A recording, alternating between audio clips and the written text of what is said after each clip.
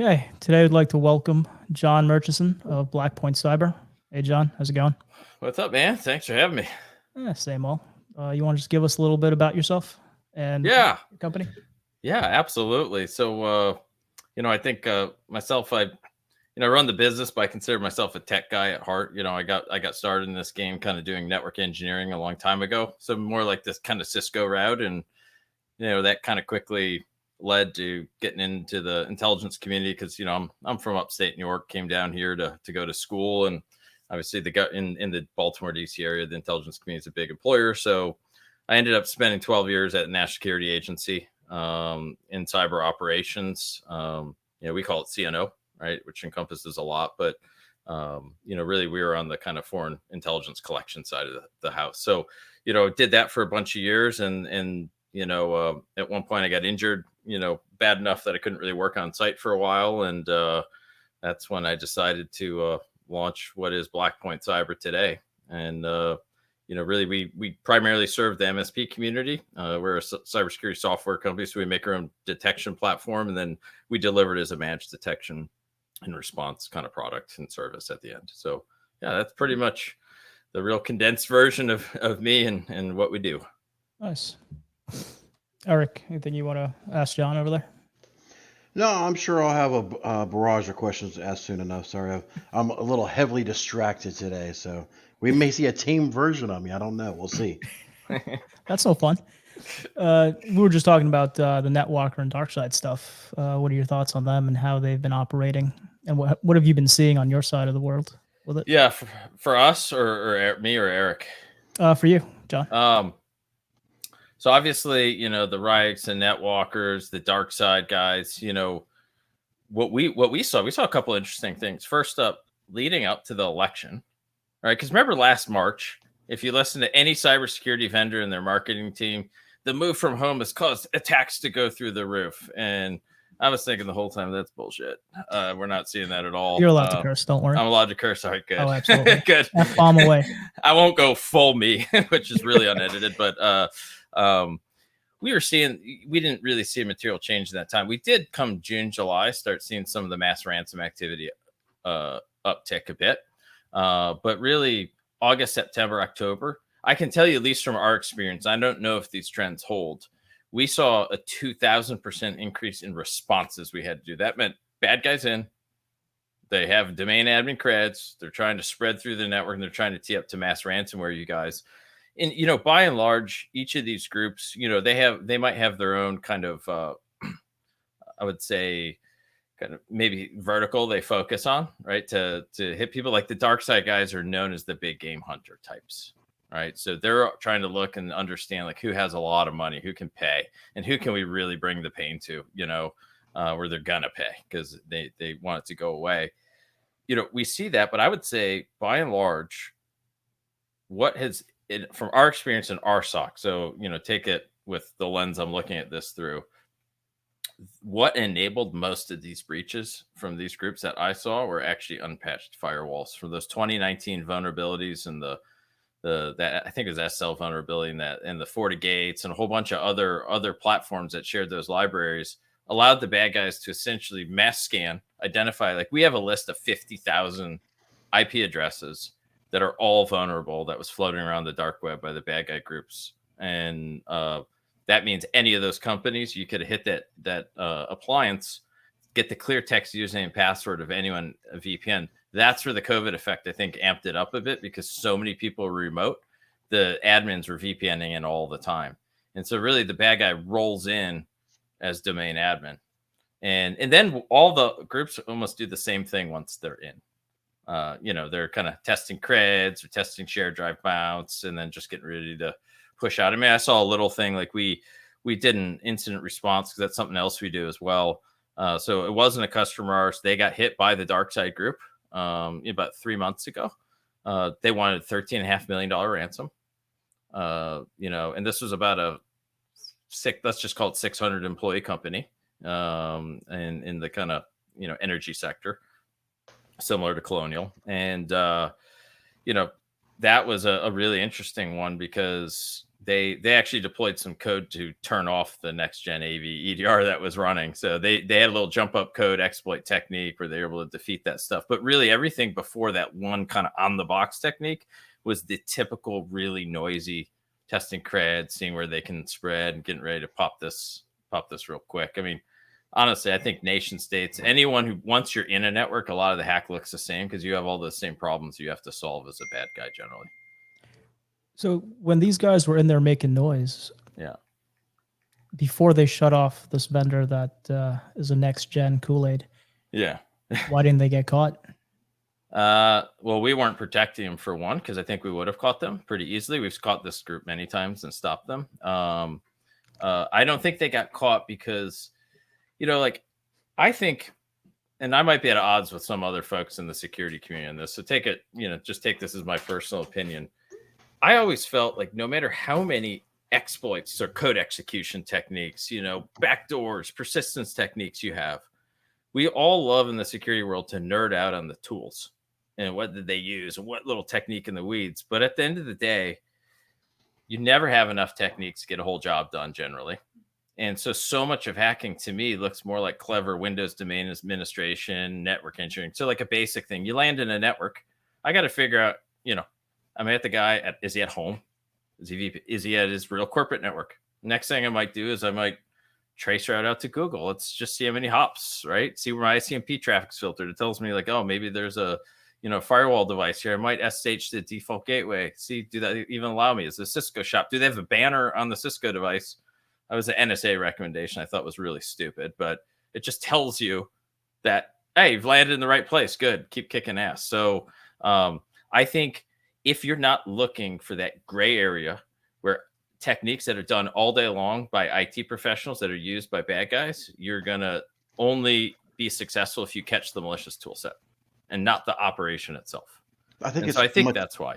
I think it's much higher level than that, where people are not doing simple fucking logging or monitoring the log. I mean, there's so many things that are, introduced into your network, from an edge perspective, from a firewall, from, your IIS, from whatever.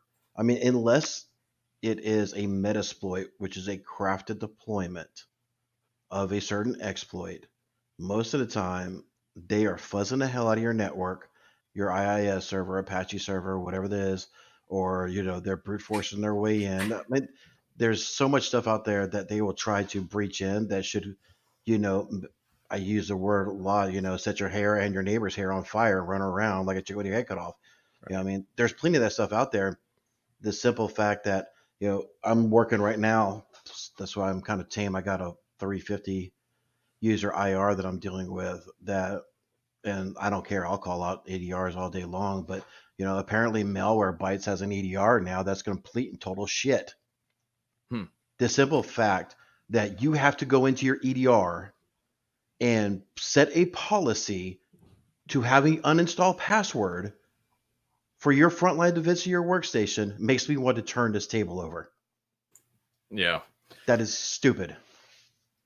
Yeah, it's tricky. And there's other like just little nuanced things. Like you guys are pros in IT, right? Like how often should you see someone trying to mount a $ share on every device?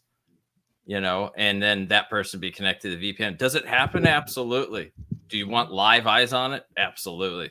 Right. And so, I just think in general, you won't catch these guys unless you have a really blended mix of the best you can at the kind of anti-malware detection. Like it's kind of binary. It's either picking up on some techniques or a known bad file or it's not, but then also a good live view into what we'd call, they're always privileged and they're always high consequence activities. One specific example I can think of is like, how a lot of the network monitoring products will use WMI remotely, right? So they off against the box, they ask questions. Like we don't like that model, right? But because if you don't do that and you're letting the agent, which is probably running a system, do that better, and you're not littering creds everywhere, when the bad guy goes to remotely execute a process on the remote machine, it looks almost identical to those kind of network monitoring tools. So they're bad running them that way for two reasons. One, you're littering creds and leaving Kerberos tokens and crap everywhere. And two, it makes the environment a lot noisier. And so you have to now start tuning it out. And because anytime someone's authing to a box with a privileged account and asking a process to run remotely, that is important stuff. That is stuff like if you're actually good at MDR, that's the type of stuff you have to have some live eyes on, I think. See, that reminds me back, and I guess this, you start kicking on some key points that derive my focus. So here comes full jackwagon mode. I remember back when, before ConnectWise bought out LabTech, and he was actually getting actual custom installations done on our servers, but there was a module in LabTech called Ignite that would be a noisy SOB. And their de facto was, oh, well, let's just start disabling all this stuff. Then why have it in there to begin with? I mean, you're supposed to be developing an automation platform that creates a bunch of noise that apparently we have to pay attention to, but now we're going to disable it. Yeah. It's kind of a IT operations by default. You want maximum speed, maximum flexibility, and boy, some of those things run head into good security practices. It's tricky. But I think, again, back to my point, like I always felt, maybe I'm biased because I was more of a network guy. I was not a software engineer, and I feel like software engineers tend to be really good at the guys, fuzzing an application, finding code execution techniques, figuring out how to persist. But I did always find like the IT guys who were kind of steeped in hacker tradecraft were better at moving around a network. And that's why I felt like when you're doing a good, so if you ask a dev to go catch a hacker, it's good. They're almost all malware focused is what I've seen over the years. And I feel like you really want that blended mix because, the malicious tool set could be part of it. The code execution technique can be part of it, but there's so much that other part of the op that really looks like IT. And that's where the good practitioners will be able to know the difference. Speaking of that, I know DarkSide recently shut down, or they were shut down. Yeah. Let's get a trigger out of here. But have you seen any new incidents by those people who guys use those techniques? Because I think they're just going to come back as a different name. Yeah, I don't know what the heck happened. I read the same stuff you did. I don't have any inside baseball. I thought the timing was kind of clever on it happening right after their probably most famous attack ever. Whether it's DarkSide or any of these other groups, I mean, to me, they all behave the same when you're in the network. Just maybe DarkSide spent more time researching their targets, I would say. So I would not be surprised if they come back in some other form or fashion or different name. I mean, I will say, like, I heard a lot of, I see like the Verizon breach report, phishing is the main source of infections and all this, which I totally agree. Like, there's a lot of that going on. The question is, through what lens? Is it like phishing is a vector to get into a network is the number one way you get ransomware? Or is that the number one way you get a malware detection with your AV? Because what we see is RDP and unpatched firewalls, at least in our SOC, are the number one way someone's in position attempting to mass ransomware you.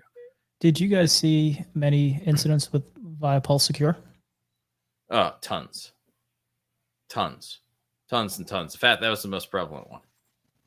Are you still seeing them? Because I'm willing to bet a lot of them are not patched. Yes, we see them. We see them with all the vendors still. Are you seeing any with the OWA? Like through the whole exchange thing. Mm-hmm. We are definitely. I mean, we just onboarded a trial customer, and we're like, that our SOC doesn't even look at trial customers, but one of our automated analytics was like, this thing's owned, it's got web shells on it. So we're definitely seeing that. We didn't when the first day. I mean, they went wild. Like there was every box that was online was already popped and had some. Now no one was leveraging the access. We saw about 2 weeks later, people attempted to leverage.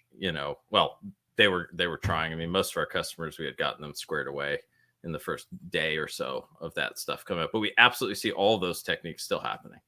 Is that something you guys do when you see a owned box? If they are not a trial customer, you guys go in and remediate, or do you need to ask permission, or How does Yeah, I that mean, work? for us, like when the R, the response side and MDR means everything to us. We actually mean it. Like we're killing processes, taking machines offline, doing whatever. In a case like the exchange exploit, that one is kind of like, hey, we'll show you exactly what to remove. We just don't have the capability to do all those custom sort of remediate, post breach remediation things. Why But we did. not? The FBI did. Yeah, well, yeah, they did. But we do. But yeah, I mean, we had all those knocked out like within 24 hours of it becoming public. So I think we were pretty on top of it, mostly because like there's a couple things, certain things, bad guys in, he's got creds, we're stopping him all day long. We just take action, and we've actually had to push in our customer base. We had a big issue. Normally you onboard with us, and then we had, here's a response playbook you need to fill out, customer. Tell us the rules of engagement. We have some recommendations, but tell us what you want. I'll give you an example. Like, Shiv, maybe you're cool with me like popping Windows 7 or Windows 10 boxes, but don't touch my domain controllers, Blackpoint, right? Call me first. We had such an issue with customers not filling out the response playbook. Then they're on. So now we're kind of in like view only mode, right? And then I'm getting woke up in the middle of the night. My VP of Threat Ops is like, hey, this house is about to burn down and we can't get a hold of anyone at the customer site. What are we going to do? And of course, I did what I thought was the ethical thing, which was to not let their house burn down, and we stopped it. So we've had to move to like default playbooks. Like you're going to have to work hard you're going to have to go out of your way to give us different rules of engagement, just because we were being too handcuffed, and it was happening almost weekly, where it's like, these guys are going to be mass ransomed. What do we do? Let it happen and say you didn't fill out the playbook, or do we save them? So it's been, a couple little nuances there we've had to deal with. Now, do you think that's related to the end client or the MSP? MSP. Yeah, because end client has no clue who, most of the time that we're involved, unless we were part of the sales, it was a bigger client or something. So yeah, it was always, I sympathize with you guys a lot, because not only are you running a crap ton of tools, you have a lot of networks to manage and a lot of users who are challenging to manage on a lot of networks with a lot of tools and a lot of vendors and billing and all that type of stuff. I think it's just purely like time. I think, I like to think Eric and I don't fall into that category, only because we don't have the vast number of tools most of these MSPs are using. Mm-hmm. But also at the same time, I think we vet our tools pretty well and make sure they're set up correctly. So yeah, number one, are you pitching a single pane of glass? Yes. All right. See you later. Yeah, yeah, I know. It really feels good to say, hey, I maybe misinvested and bought too many IT security tools, and now I'm not looking. Now I got a compliance thing. Now I got to get a single pane of glass log dumpster, and I'm going to bring it all together. That feels good, right? But it doesn't work very well in practice, to your point, Eric. So that's we jokingly call that the jazz hands of cybersecurity. Yeah, because you pop that friggin' thing, and you're like jazz hands, like, yeah, I got it everywhere. Woo-hoo. Yeah. Well, and it's really like, okay, now it's in here. So, okay, what's the next step? I got 10,000 logs I'm trying to correlate all together. Now I got to pick which am I jumping into the EDR tool. Now I got to log into that, and then if you want to orchestrate, now I got to put an orchestration tool on top. Then the APIs change. And what happens, we've seen this over and over again. It's usually the larger companies that are trying to, align their cyber, security setup with some framework. And so they got the next gen AVDR, they have the DNS tool, they got the firewall, they got the mail filtering tool, they got all these tools, and then they bring it into a SIEM and they realize no one's actually looking at the data, they can't manage it. So then they need a SIEM consulting company, and then they're like, oh, we need automation because that's how you're going to get out of this jam. And then they go buy a SOAR tool, which is like a if this then that, workflow type tool. Yeah. And what I found is they inevitably, I'm sure there's some that have pulled it off just because they have the resolve to stay with it and spend the money. But what I find is they spend more time building the damn mousetrap and tweaking the mousetrap than catching mice. And that's why it's cool to hear you guys saying you use less tools, because we're a huge believer in a much more lean but efficient and effective stack. It costs of goods sold better. You guys make more profit and it works better. You're not getting useless crap thrown at you. What are you guys? It's a big issue we see a lot. Are you guys doing anything with cloud services, like bringing in 365 logs? Yeah, we do have a 365 offering right now. In fact, we had an event with someone very close in our orbit who turned out to be a customer Friday night, and my deputy in SOC was in town from Florida, and so we were all sitting by the fire, the VP and director and me, and when I get a call, from someone on my board, and yeah, we saved them from an event with that on Friday nights. How old is your 365 product? Because I think when we spoke the last time, it was either in dev or not really released. Yeah, we're leveraging some partner technology for that one. So it's been around for a while. But we've heavily modified a lot of, like, what actually caught this kind of breach on the back end was actually another analytic we ran that was bouncing logins off known bad proxy addresses and cloud addresses. So it wasn't something actually in that kind of that capability there. So we'll be continuing to invest heavily in that one. In fact, I just hired another developer, starts in a week, who's going to be focusing more on that, because we see, like, if I take a step back and look at kind of the product ecosystem, like, so there's MDR, that's our normal thing. That's Snap Defense, that's kind of handles Azure environments, like the hosted servers, and on-prem really well. So this hybrid environments well. Then the next bundle's kind of check the box stuff, right? Logging, compliance, file integrity monitoring, all that. That's our new product, Logic, which you'll see a public announcement in like 2 weeks on that one. So that's kind of like help make the auditors go away and be comfortable you got your crap together. The third bundle is cloud. So we're started with 365, but I think you'll watch us go hit Amazon, and other cloud services, because one of the areas, and we don't see a ton of it in MSP, but kind of, if you're running some of your infrastructure in like AWS, you're using EC2 instances, like I always get freaked out when I see companies where there's like one admin and he's the only guy that can log in, or they don't realize like the eggs are really kind of all in one basket if that account gets taken over. And so I think, a lot of these cloud services, if you ask me, are less like point and shoot, stop a active hacker and process like you would in sitting in a real environment, like, a machine or, server. They're more like pulling hygiene to the front and like smacking the user across the face to enable it, and then alerting when any rules hit around there, like, just like simple things like we get an alert right when an email forwarding rule's added. Could be totally legitimate and fine, but it's definitely stuff you got to watch. Now, are you seeing more breaches or compromise of 365 Yes. in the last few months than you did Yes. last year? Yeah, for sure. And it's always there's like two main vectors we're seeing, and a third one I'm worried about that I'll tell you about. One, no MFA. I mean, you have to have your head examined in 2021 if you're not turning this stuff on by default. But the client doesn't want it. It's too complicated. We can't do it. I think this is the case where it's kind of like the doctor, you guys, the best MSPs I've seen have a security, that an offering, and that's the offering. And it's like client, like this is how it works. You don't really get to a la carte pick, if you want seatbelts in your car, you know what I mean? And so I think those models work really well. And then I would say, so just people getting tricked. Hey, I just shared a OneDrive document, log in. And we watched them. They tried logging in like 5 times with the creds. It's not working. The bad guys get the cred every time. And then the bad guys log in. So we see that. That's probably the most common. The one I've seen more lately is SMTP. Now, this is kind of nerdy and in the weeds, but SMTP authentication is on by default, and it's single factor. And so what we find is folks are getting creds, and we've noticed some of the groups doing it seem to be like those kind of old school, kind of African email scammer guys are the ones that we've seen some of this come from. I'm sure everyone's doing it, but and then what happens there is I think they're able to off single factor. Now they're sending emails like they're, whoever they want to be in the org, and they use that as their kind of, now I'm saying an email as if I'm John, and I'm socially engineering folks into getting banking information, stuff like that. So they're clearly out after to use that little bit of access to have a better, more believable social engineering operation.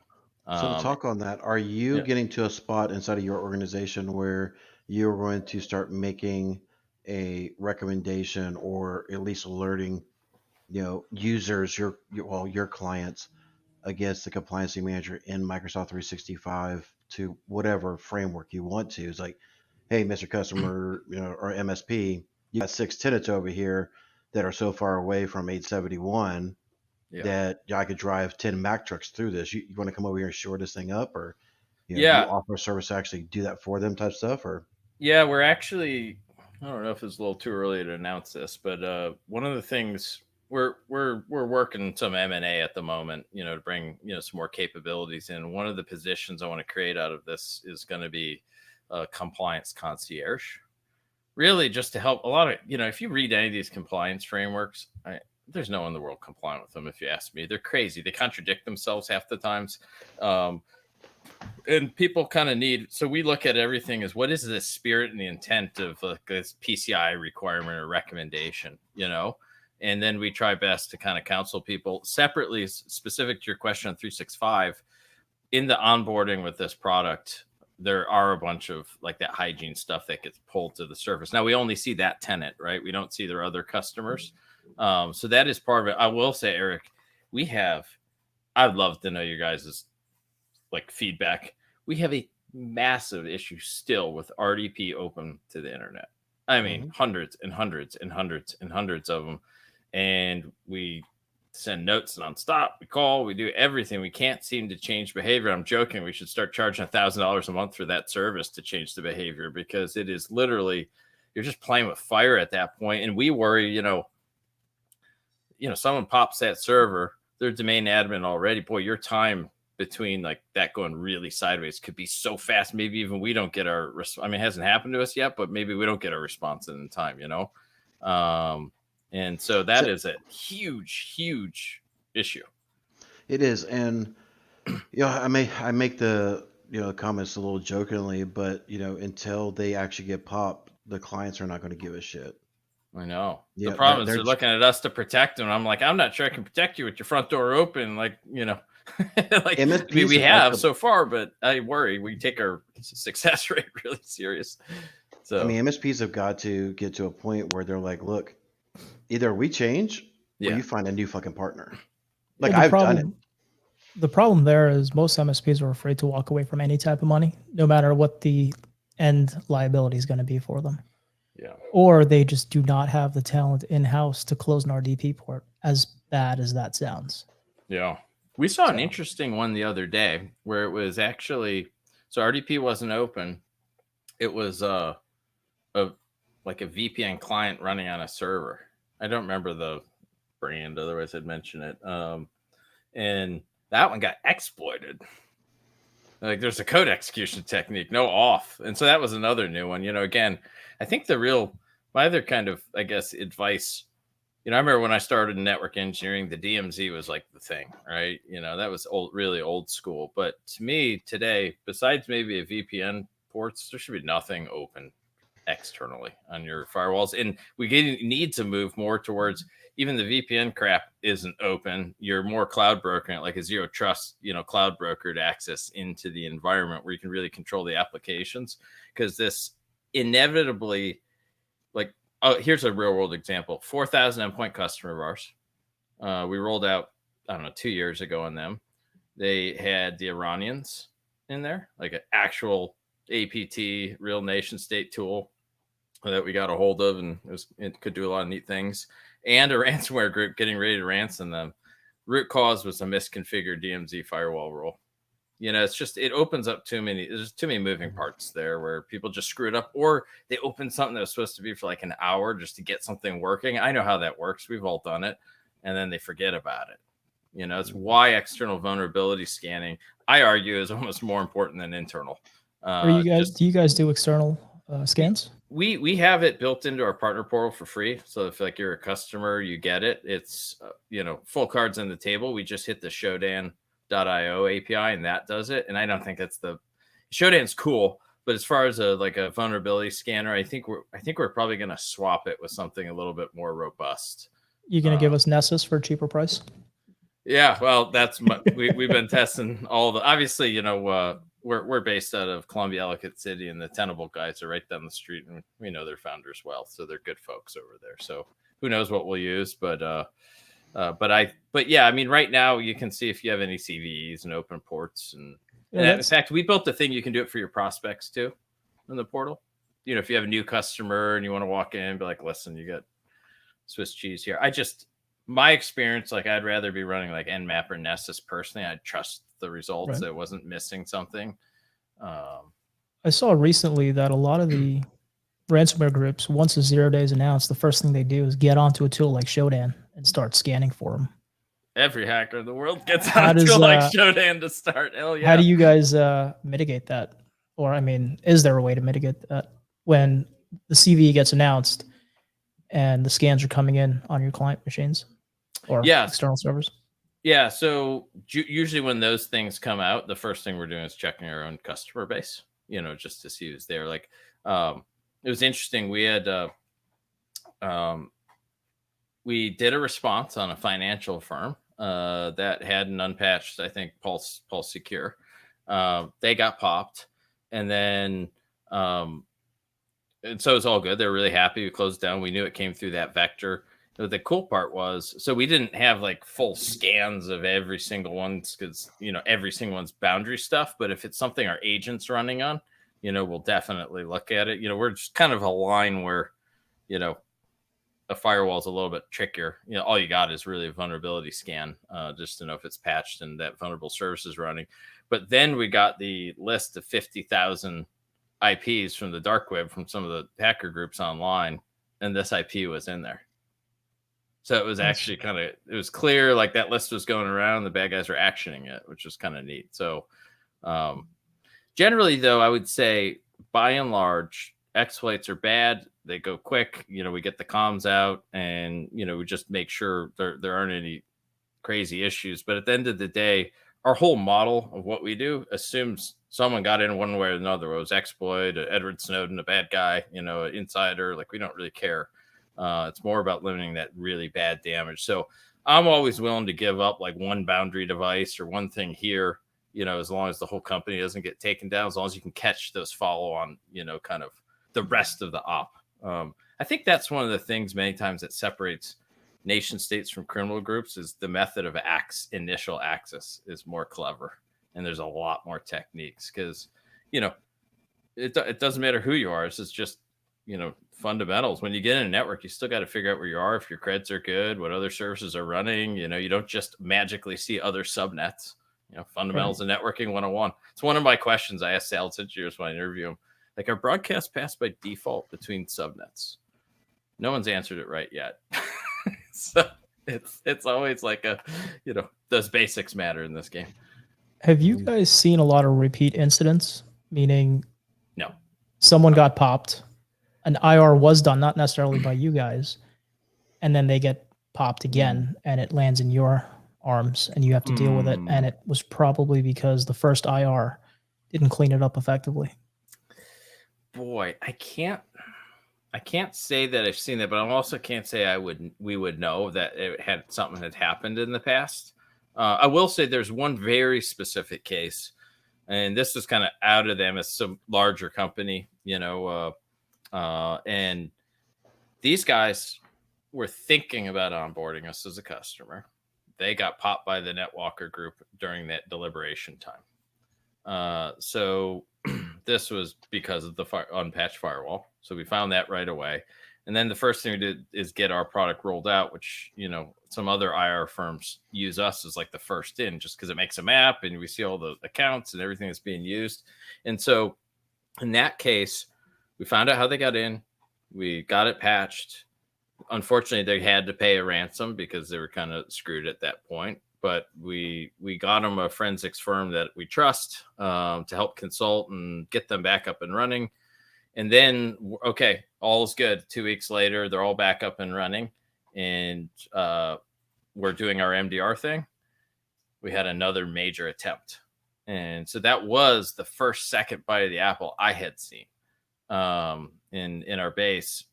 Now, what we don't know, was it the same group? Because their tradecraft looks the same through most of these groups. So it's kind of hard to tell. Like, you can't really tell this $C amount looks like different than the other one, you know? And, but what the root cause of this one was, we asked them, did you reset every password in your domain and for the VPN? Yes. They did not, because the bad guys came in with a previous username and password and just VPN. And so what we don't know, sometimes I have no direct evidence to, so I want to be really clear, but I think some of these criminal groups will sell off like, passwords and IPs to other ones. And it could have been another group that came in and hit them again, but that would have been bad because, we helped them get out of the jam. We roll out. And if we missed, obviously that would have been hyper embarrassing. But we stopped it. But that was the one time I've seen what felt like someone coming back to get more. I just can't say it was the same group. Are you guys seeing a lot of movement from Abaddon, that relatively new group that's moving around? They're pretty active, I'd say, in Asia, Europe right now, and they're touching in on the US. I was going to say I hadn't heard of them yet, so I guess not. I'll send you the Onion link offline. Okay, cool. Yeah. So I think the answer is no, but I'm not sure. A lot of times, we know which group's doing what. I mean, the attribution part of it usually comes when that ransom message is on the screen. Right. And so we tend to never see that just because we're stopping it. We're usually catching it in that phase when they're just trying to figure out is their access good or their cred's good. And that's when we're smoking them and locking things down generally. So we have a really hard time with attribution just because there's just not enough, they're using Angry IP Scanner or, Net Scanner or something like that. It's just benign stuff at that point. How are you guys figuring out if the firewalls are unpatched or have vulnerabilities on them? Usually this vulnerability scan immediately and port scan. Just see if it's RDP or this. And then the other thing is you can always tell, like, we do all this like live network mapping, right? We're using ARPs, IP configs. If we have, kind of integration with Meraki turned on, we see all their VLANs. And it's usually very clear when it's a VPN based IP, right? They look different than the other ones. So that's usually our first clue. When we didn't see like, something that seemed to get spawned from, user clicking on an email or opening a Word doc that launched some macros or something, when it's like, immediately a privileged account is just starting to RDP to critical servers, or this VPN account is lighting up, share drives. That is usually a good indicator to us that it came through, kind of a boundary appliance of some sort. Okay. Yeah. That's a good question. No one's ever asked me that one before. That one actually matters. It does really because, yeah. I think it's one of those low hanging fruits that people overlook all the time. So, John, here's what the Avions, just so you know, if you're going into an IR situation, these guys are known, like Shiv was saying, was mostly in the UK, things of that nature. But their fame to claim is if you don't start paying them, they're going to start DDoSing your entire network afterwards. These are the guys who actually we were just talking about them now because they're really hammering. Aren't they hammering Central American, South American banks really bad? Yep. We Javier, who runs startups, and Will, he's another ex-NSA guy like me. We were sitting around the fire talking about these groups on Friday night till like 2 a.m. that are targeting a lot of the Mexican banks actually. They seem to want to operate everywhere but in the US. Yeah. I mean, they're coming in. Smart. You can see, 5 days are counting down for these guys. These guys are about to get released. There's a ton coming up. Oh my gosh. Like I said, I'll share the Onion link with you offline. Unbelievable. I don't want to publicly put it out there and just whatever. Yeah. Yeah. Oh, that's it's hard enough to run a business and make it successful and do all those things. And you have these assholes, coming in to make it worse. So, the worst part about it, like this, I'm definitely going to probably get flamed by some in the security community. The worst part of it, I have not seen a tool yet from a criminal group that wasn't an open source pen testing tool involved in the op. So we do all this stuff for the interest of good. We release all these tools, yet they're continually used by bad guys. It's kind of interesting. I know we need to do this stuff, but it's always kind of strikes me as, man, if you didn't have all those open source pen testing tools and no cryptocurrencies, it'd be kind of hard for them to get paid. I think they'd figure out a way to get it done. I think too, but it just makes it so easy for so it just many lowers that entries lower. Exactly. Yeah. So and this really goes back to the whole login. This really goes back to, securing up your own stack. So we definitely have a problem here in the United States where, guys like us are few and far between. to quote unquote, be the unicorn to be able to go in there and actively stop threats, remediate against threats, blah blah blah. But it's definitely a shortcoming in supply. So, I'm grateful to those that are releasing the tools, but I do see where it's a double-edged sword. Where you know, even though these things are being released, I'll go through and start looking at them and seeing if I can use them in my own. But that's a short my situation. But there's a ton of people out there that really don't shore up their own, and that's kind of where I Right. really want to get to on the next one, because I know we're getting a little bit short on time. But to talk about security and compliancy, Mhm. this has been something that um, a lot of people have been going out and really touting what Joe Biden has done about his whole executive order. Have you read up on this thing yet? I read some of it, and obviously I'm losing one of our most excellent board members because Joe Biden just hired him to be the national cyber director, the first one. Good. When he gets there, can he Yeah, smack him, please? I know. So, You know the because Secret Service is going to hear that and come pay you a visit. My address is 123 Sesame Street. yeah, I can tell you though, Chris Inglis, I don't think they could have picked anyone more qualified, in my opinion. Others might disagree. He was the most respected civilian leader I've ever seen at NSA. He was a stud, and he knows the stuff. It's a really challenging. All the I have a real love hate relationship with compliance frameworks because I look at it this way: like, does the adversary give a goddamn if you are SOC 2 compliant, or did they care that you missed patching that Pulse Secure thing by a day? Mhm. Right. And so now they're good frameworks to try and level up the maturity, but they're written so obtuse that it's hard to even make sense. I'll give you a perfect example. We went round and round engineering this file integrity monitoring. It's mandated in like all these compliance frameworks. Mhm. I see almost nobody do it ever. And the real answer is like, so I always go back to what was the spirit, my interpretation of the spirit of why someone wrote FIM and made it in confusing language in a compliance framework. It's because like healthcare company gets popped or defense contractor gets popped and they want to know what files were stolen.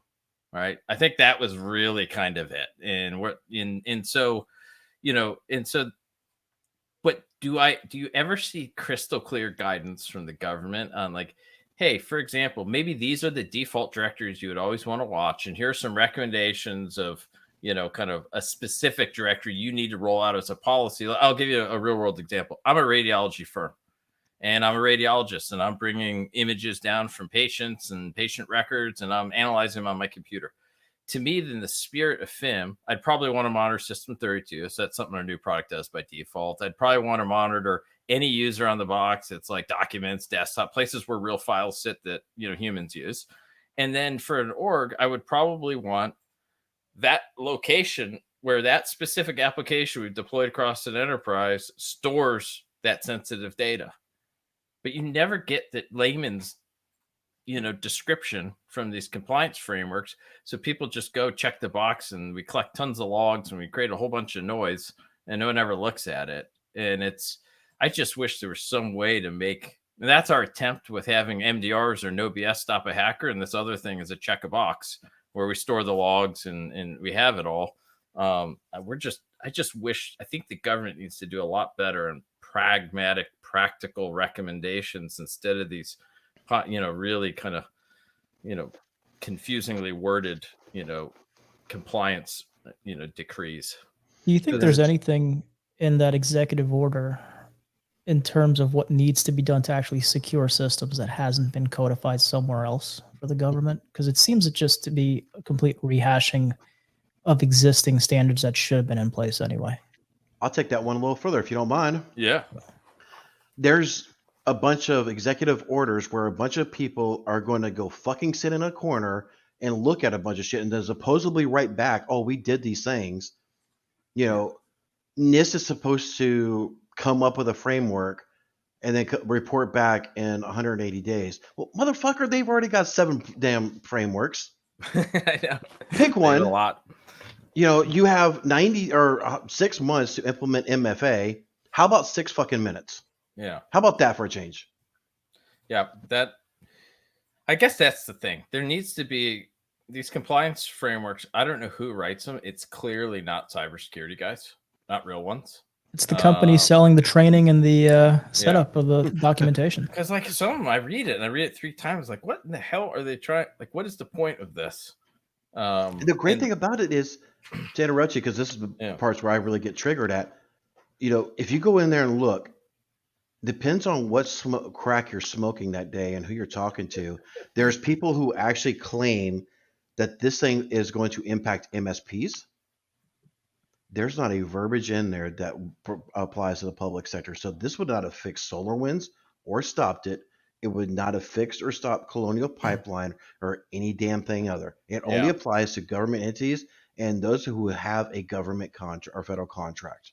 We've had a lot of internal discussions about, just because we think about the stuff we came out of the government, and it's like, to me, are there parts of the government where we have foreign nation states trying to hack them, steal data, hook them, disrupt them, make their life terrible? Yes, but the real battlefield seems to be against corporate America by criminal groups predominantly, and then some intellectual property theft, and the government, the way they threat hunt still today, to me, is like so old school. It's unbelievable. I mean, it's and I think in all these compliance frameworks, if you read them, they would lead you down to the only tool I should ever run is a SIEM.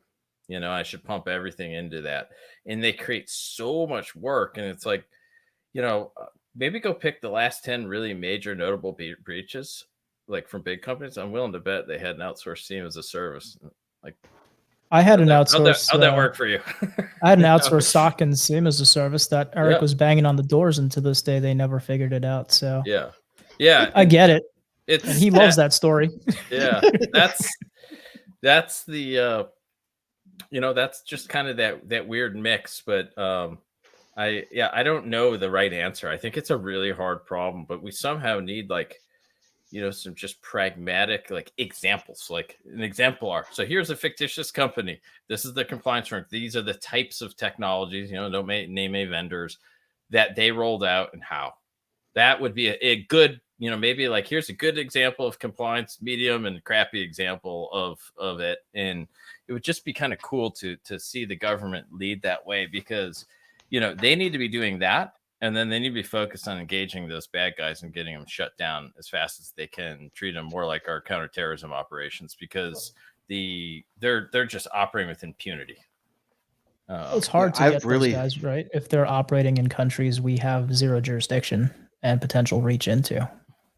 I would say John, yes and no. I mean, put it this way: if we made a conscious effort, my opinion, Shiva, it's like the United States government go solve that problem. I think it'd make a serious dent. We might not have legal jurisdiction, but there's a whole nother national security arm of our government, that does overseas operations, and I think we could. But I think the problem is here we look at it as a legal remedy, or we're looking for a legal remedy to, I guess, a counterterrorism incident when you really think about it, right? So maybe you're right. Put it into that category and let that group of guys go after it. They are like just ruining people's livelihoods.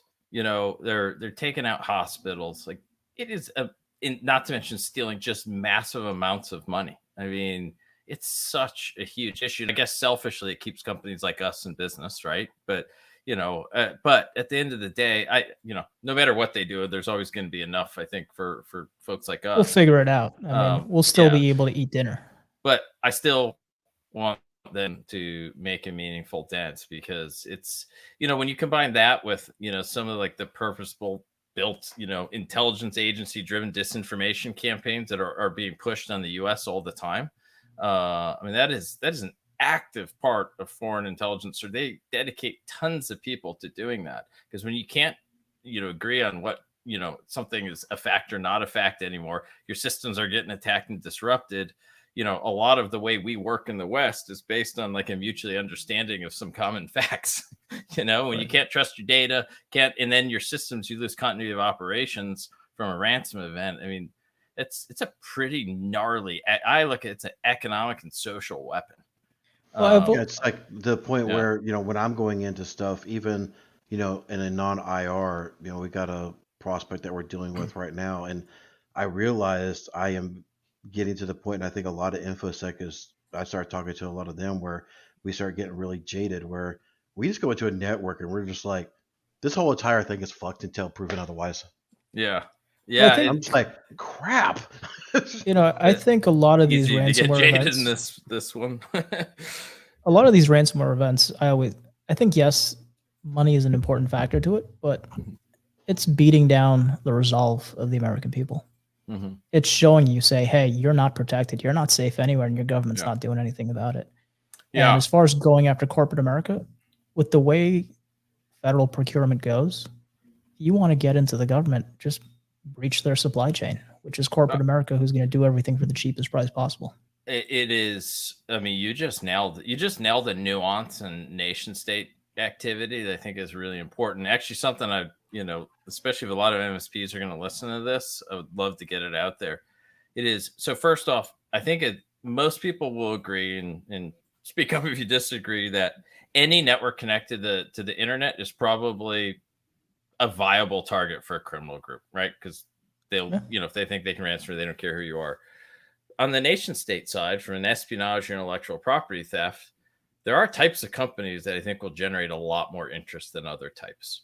And so if in MSPs, I will say they serve tons of small boutique defense contractors who make some really important widget that goes into a missile or an airplane or something up the supply chain.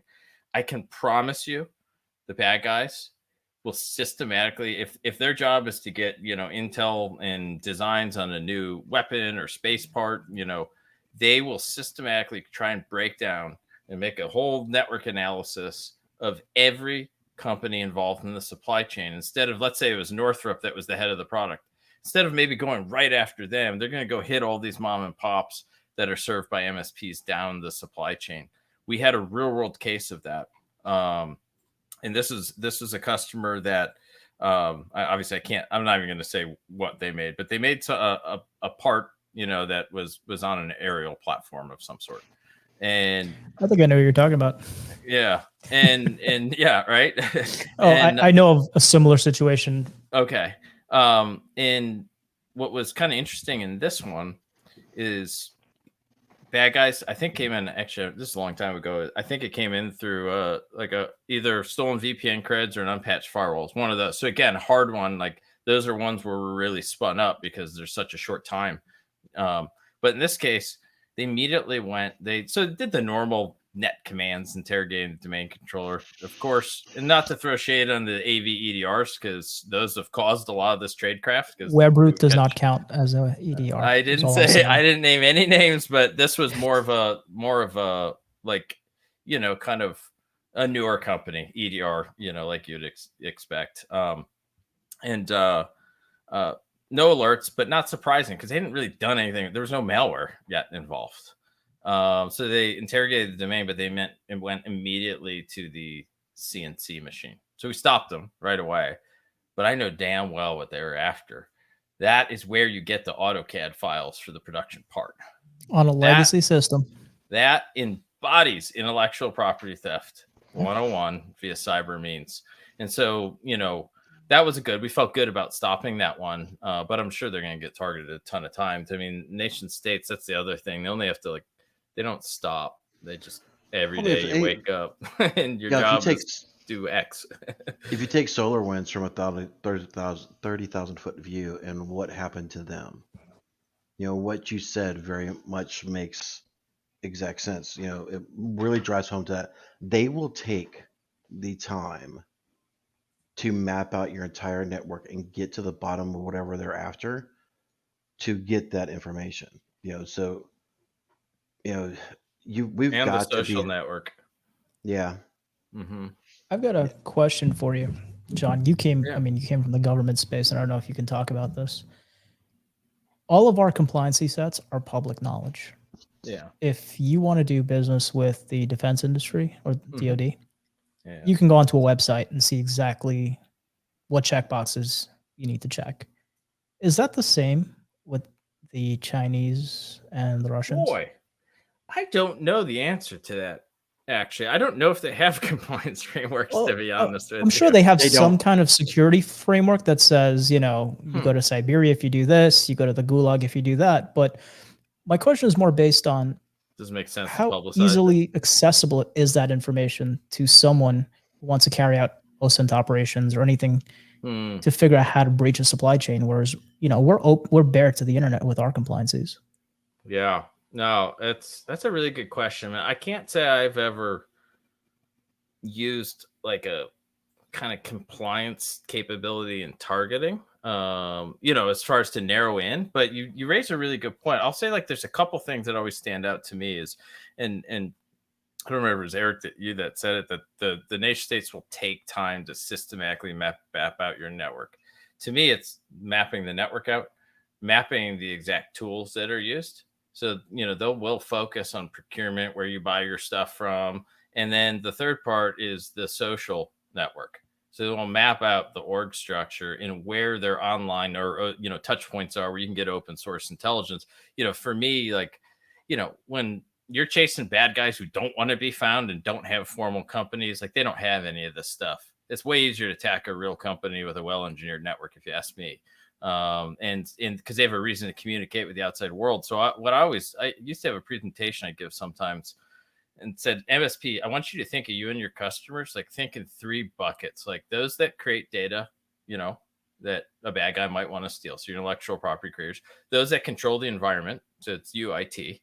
And then those that have a reason to communicate with the outside world, sales, marketing, finance, right? That's how a bad guy, many times, I think a sophisticated adversary will think about you, and then think about what you're putting online. So instead of maybe going to a compliance framework where I'd say, oh, they require the file integrity monitoring, I better not like touch this certain directory or something. I would be more trying to get, I'd be more interested if I were a bad guy in the resumes of some of their employees, because IT guys write the tools they use on their resume, and the tools they use are what I would expect to run into when you get into the environment. And that's the type of stuff you think about, right? So that's where, when I see on LinkedIn, hey, I'm the head of Windows, I'm head Windows domain administrator for MSP XYZ. We run 2008 server, 2012, Kaseya or whatever for our, kind of RMM tool. They start listing all that down, and that's the stuff I want to counsel them. Like, guys, first off, that's private information, I think. And 2, there's no need for that to be on the internet. So it's free to do a little audit and maybe have a policy on your social media, so you're not telling the bad guys what you're running. It's another reason, like, I know we have, some customers that talk publicly about us, but we don't try to make a huge habit of dragging around every notable customer to say they're using Blackpoint, because all I'm just doing is telling the bad guys because we did a response, was running 2 AVs, and this was a Swiss cheese network. So the bad guys had free, they could come in and out like the firewall. There's so many holes. There's domain controllers they didn't even know about. We stopped wave 1 because they tried to hit every server, right? In this particular, municipality. And we stopped it. 2 hours later, wave 2 came back. But which 2 commands we saw them attempting to execute to defeat the 2 AVs, because they thought that's who it was. Okay. And so I like preserving a little bit of the element of surprise on the response side. I think all those lessons, that whole was it the combined arms sort of dilemma that the Marine Corps really honed after World War II and beyond, is all those lessons learned directly apply to offensive or defensive cyber operations, in my opinion. What's your take or your policy for your employees on social media? For me, they're not allowed to post that they work here. Yeah, I think for us, our policies are more geared on, you can't talk about the type of stuff we're running, just because everyone's on LinkedIn, so you're going to find them. Even the fakes. There. Huh? Even the fakes. The fakes, yeah, probably. I found someone tried to add me who runs cybersecurity conferences in the UK, and he has a striking resemblance to Tom Colicchio from Top Chef. Oh, weird. And when you take his picture and you do a reverse image search, it only brings up Tom Colicchio. That's hilarious. I was on Clubhouse in a cybersecurity AMA last week, and there was an attorney in there. Yeah. From the State Risk Board of Massachusetts. Right. didn't sound like an attorney with their measured approach and how they speak. Profile littered with typos. Took a screenshot, sent it to her actual work email address in Massachusetts. Right. She's like, yeah, no, that's not me. I'm like, well, you should probably take care of that. Wow. Yeah, I will say I'm a little bit appalled at some of the groups. When I see groups on LinkedIn of former intelligence professionals, or so that one, okay, it's former. The one that really gets me is the one I saw one that was cybersecurity professionals for critical infrastructure. And so, like, if you wanted like one location, and there was like 1,600 members or something crazy last time I looked.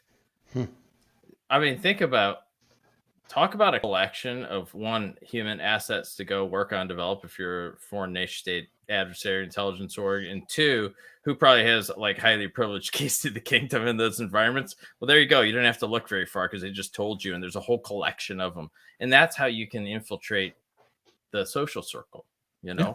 And this type of shit, it's just like, unfortunately in our industry, as you guys know, there are very, very, very few cybersecurity professionals that have ever actually been the bad guy for a living because it's illegal, right? Unless you work for the government or something like that.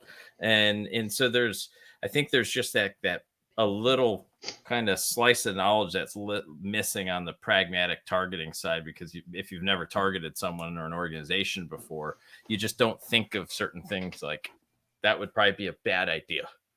Make a collection of the people and a list of everyone who's responsible for securing major utilities and all this other stuff. Everyone wants to be heard these days, right? So that they're joining those groups like it's going out of style. I mean, it took me forever to ever say it was ex-NSA, to be honest with you. But I mean, at some point it'll be the worst kept secret in the world. So it is what it is. Yeah. Well, if we ever get back around to having Cokes and beer and all that stuff, I'll tell you about some of my exploits, and I'll be one other person you'll know that was a bad person before they went good. Yeah. No, well, I knew the first time we met, the questions you're asking was coming from experience, so it made it easy to say. Cool. Good. We can have an honest conversation. I'm not going to be asked about the next how our sweet AI machine learning is solving all of hacking's problems. I think it just got triggered in so many different ways. So AI is the easiest way to trigger either one of us, because it's just same. I love it where it works. Misapplied. But let's not claim it's magic, because 90% of these next gen AI alerts that come into our SOC, we have tons of integrations, are all false positives. It's all if thens. I mean, you said it earlier. Yeah. I have one last question for you. Yeah. Are you guys doing anything with monitoring how enterprise applications within Office 365 That was operate? The part I wanted to bring up, actually. I remember I mentioned 3 things with 365, and like an idiot, I said because that's my hot button for 365. No one audits those things. Yes, the answer is yes. In fact, we have it set up too, so we get alerts. So there's a couple things I think this is going to be one of the worst attack vectors moving forward for and by worst, you mean best for the bad guy. Yeah, exactly. And it goes as follows. For those that aren't familiar, whoever's watching, when you by default, any user in 365, at least last time I looked personally myself, could say, hey, we use HubSpot for CRM. Right. I want to integrate HubSpot in my calendar or something. And so log in with your 365 creds and magic happens. It's integrated. Behind the scenes, you're literally giving that application whatever permissions it asks for up to your level of permissions. Mm-hmm. And so the by default, it is the most beautiful opportunity for socially engineering a bad enterprise app into an org that can touch all of their OneDrive stuff and you name it. And so that is a huge concern. So step one is you can definitely immediately set that so only admins can do it. And anytime someone asks, it emails all the admins. So that's like a free step you do instantly. We, through the 365 tool, do get alerts when these things, in theory, are added. But I think we saw that one with the kind of larger outfall of the SolarWinds attack. I think they leveraged some of that capability. And I just think it's just so ripe for really bad things to happen. Then you get in this whole game where you can start, executing PowerShell back in the on-prem from the cloud stuff, and it can be a runaway train real quick. So I'm glad you brought that up because it is single-handedly one of my biggest fears right now. And I think 99% of companies or more would never catch it, ever, if you ask me. You want something else to make you crap your pants for a little while? Yeah. Take a non-global admin user and log into the Azure portal. Oh, You're I'm welcome. Not sure I've done that. You're welcome. Is it ugly? You get what a non-global admin can see in the Azure portal. So just so you know, there's a CA policy you can lock down. But again, it's not by default. You have to build those on your own. Yeah. But, my question goes a little deeper in the sense, and maybe it's too new in its headlines for these applications. Are you guys doing any threat hunting against what applications in the environment do to see if they're stepping out of bounds? We have on our own, not as part of our service. Just I don't think we have to build a lot of automation for it to ever make dollars and cents. But we have a lot, and I was actually shocked when I saw our own environment, months and months ago when we were looking at this stuff, and I was like, damn, some of these apps ask for a lot of. Here, I'll tell you one that's was the worst. If you have an old school Synology NAS on-prem and you want to back up your 365, that thing can do anything it wants forever. Yep, it gets global admin rights. It is brutal. It is brutal. So we have looked at it. I don't think we've done any kind of auditing as a service, where people are paying us money to do it. But we have looked at ours, and for some of our bigger customers where we're just trying to get guys, you need to get eyes on. We'll help you. We'll show you what to look at. We've looked at some of those, and I'm always just blown away how many freaking apps are in there I've never heard of. I wish Microsoft would have a tag that says this came with your tenant, because they don't identify themselves properly. You can see an Outlook app and you don't know if it's Microsoft signed or if it's China signed. I almost think Microsoft needs to have a little bit of the Apple model where it's every single one of those apps, and maybe they claim to be doing, it doesn't seem to work. That is just going to the Nat's ass detail on an app and okay, this app is blessed for, kind of. What I'd like to see from a company like you guys is, because I know how expansive these applications can operate. Yeah. Is to really hone in on what they're doing with PowerShell. Oh yeah. For sure. That I think would be a nice, easy target for you guys to or someone like you to threat hunt, because that'd be super easy. Why does a contact why does a contact application or a scheduling application need to trigger a PowerShell out of certain bounds? Yeah, no, that's actually a really good one. I know we'd see that. I take royalties, just so you know. Yeah, we see that stuff live on the endpoint when it leverages it that way. But yeah, I totally agree with you. I mean it is a very open area. This is and I think the security community and the MSPs, we need to wrap our head around it really fast, because I think it's going to get worse and worse and worse. Well, what's going to get worse is, just to interrupt you, Shiva, on talking about PowerShell before you divert. We're seeing it, and I won't say who our vendor is, but we have a vendor that we leverage.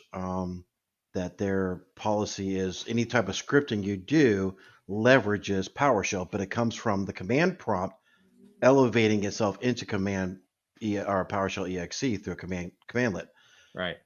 And I'm like, please stop. Please stop. Weren't they launching those commands from the services.exe?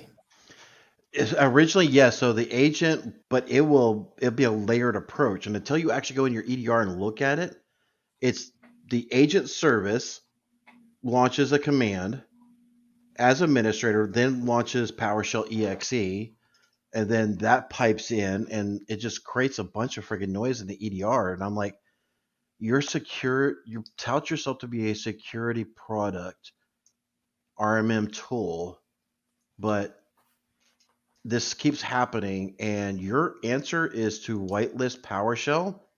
No, I got something on my backside you can kiss. Yeah. I think people need to understand that an RMM is not a security tool. It's a convenience tool.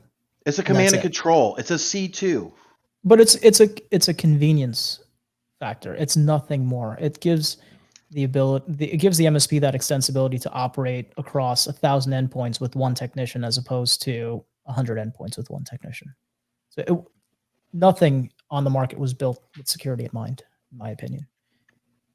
Yeah, I would agree. We see a lot. In fact, we can't really automate it because there's too many variables in it. But we've had to build an alert for folks that write custom scripts that they deploy via their RMM, and we kept seeing, because we were getting all the command line arguments and stuff. We kept seeing the Are you getting plain text passwords?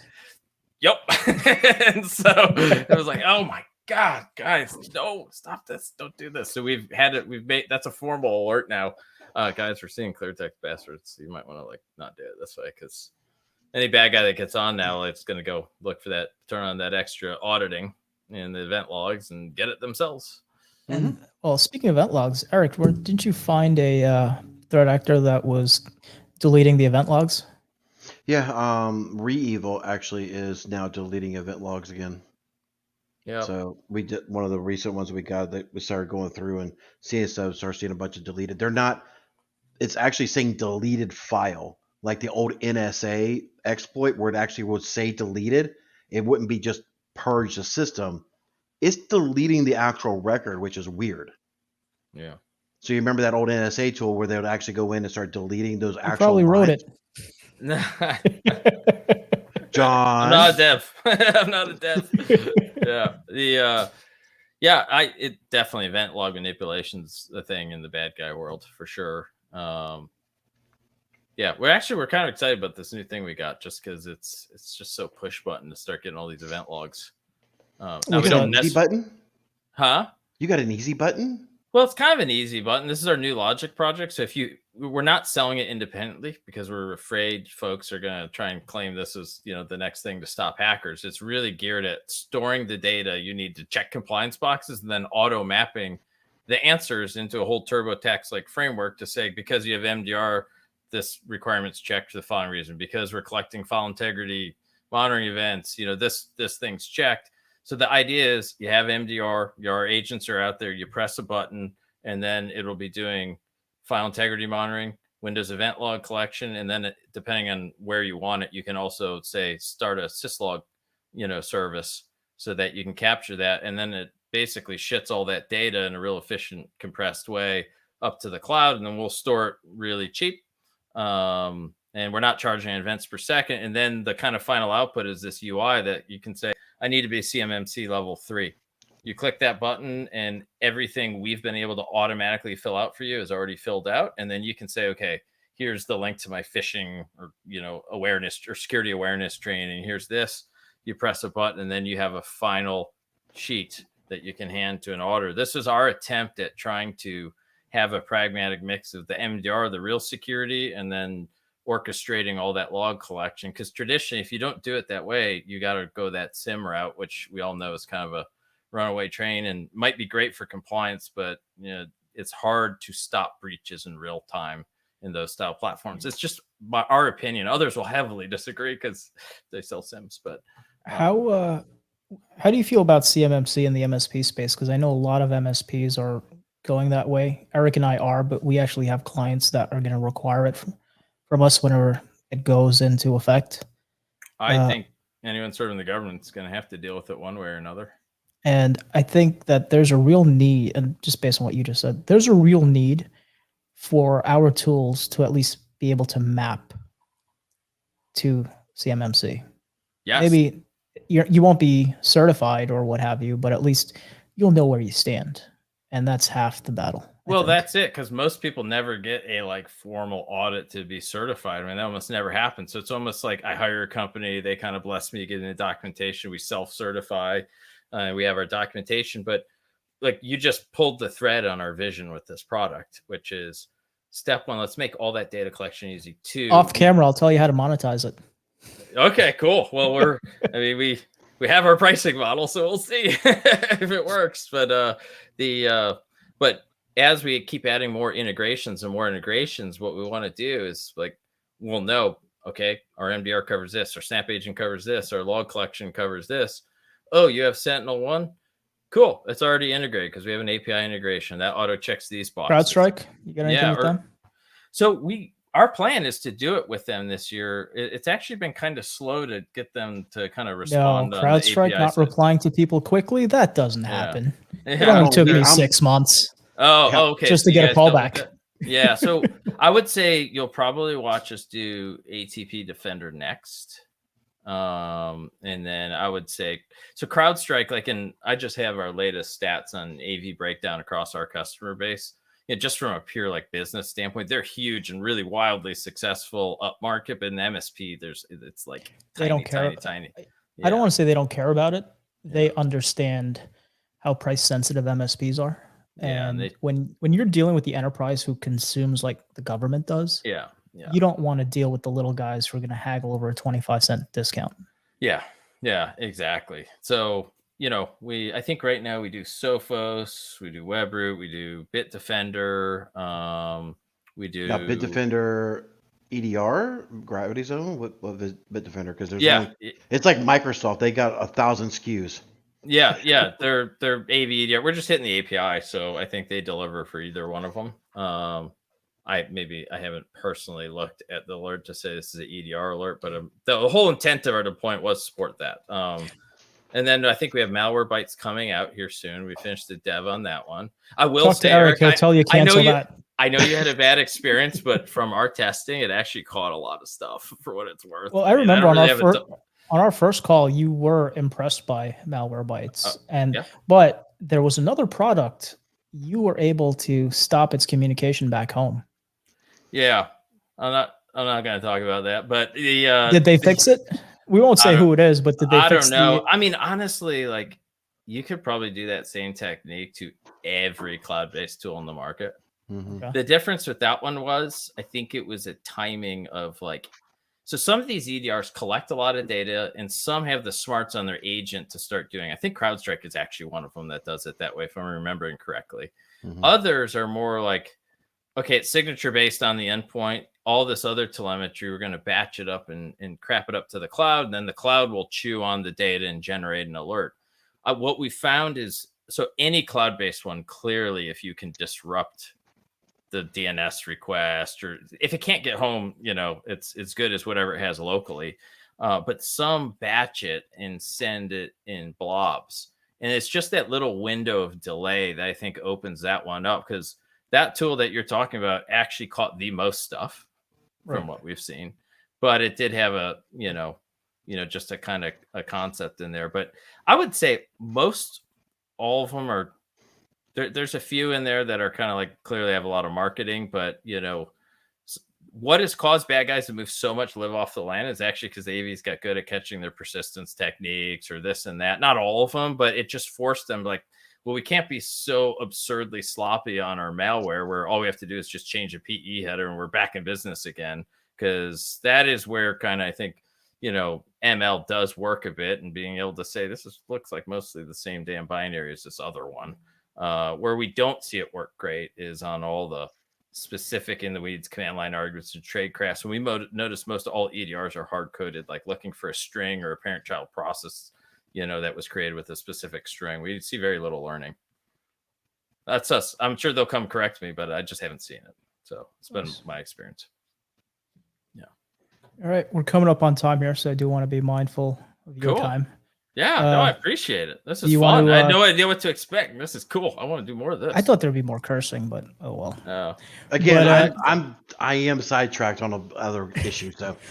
Do you want to tell people how to get in touch with you and your team over at BlackPoint? Yeah. Other than buying it through me and Eric, but Exactly. Yeah. Directly, if you're interested to learn more, just go to blackpointcyber.com. You can schedule, a meeting. You won't be able to just instantly get access to our UI. We have a couple checks and gating items, to get there.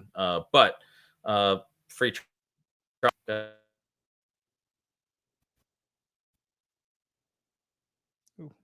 I think you dropped off there. Can't hear you.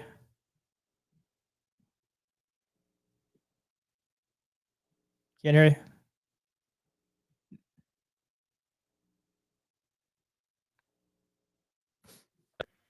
Oh, there we go.